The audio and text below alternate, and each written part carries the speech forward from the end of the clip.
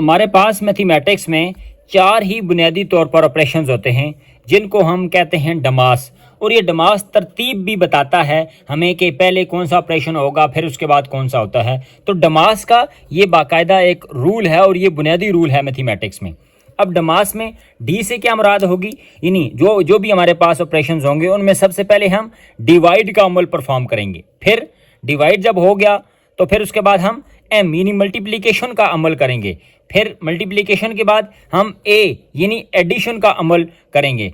और जब एडिशन हो गई तो सबसे आखिर में हम सब्ट्रैक्शन का अमल करेंगे, यानी माइनस का अमल सबसे आखिर में होगा। ये जो बुनियादी तौर पर ऑपरेशंस की तरतीब का रूल है इसको हम कहते हैं डमास रूल। कुछ हम एग्जांपल्स देख लेते हैं और फिर समझते हैं कि ये डमास का रूल कैसे अप्लाई होता है। फर्ज करें कि हमारे पास 18 plus 3 multiplied by 2 divided by 2 minus 1।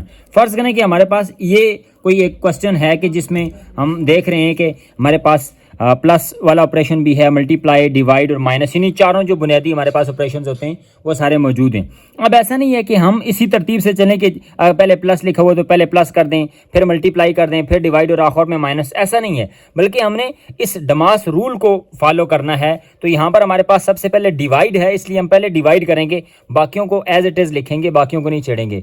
18 plus 3 as it is multiplied by, अब देखें अब हमारे पास ये वाली रकम है जो हम पहले परफॉर्म करेंगे 2 डिवाइडेड बाई 2, क्योंकि यहाँ पर डिवाइड हो रहा है तो 2 डिवाइडेड बाई 2 जवाब आता है 1, उसको हमने लिखा -1 एज इट इज़ हमने लिख दिया।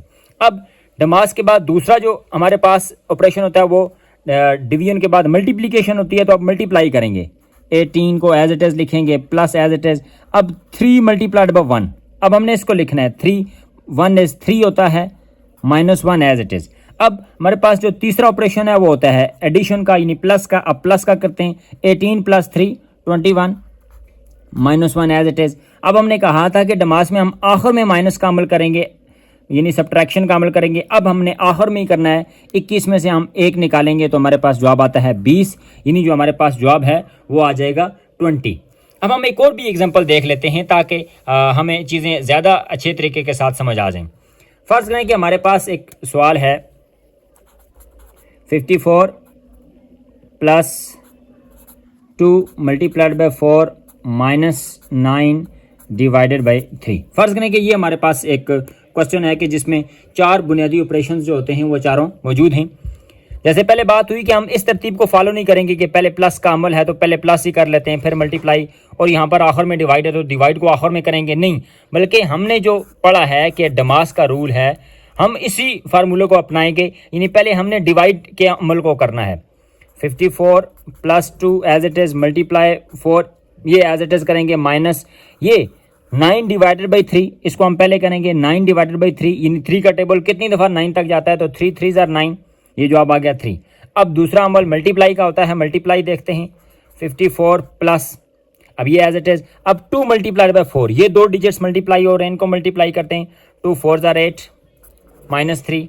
अब तीसरा अमल एडिशन का, यानी प्लस का होता है, प्लस का कर लेते हैं, 54 प्लस 8, तो ये हमारे पास हो गया 62 -3। अब आखिर में चूंकि हमने माइनस करना होता है, सब्ट्रैक्शन करनी होती है, तो 62 में से हमने 3 निकाला तो हमारे पास आ गया 59।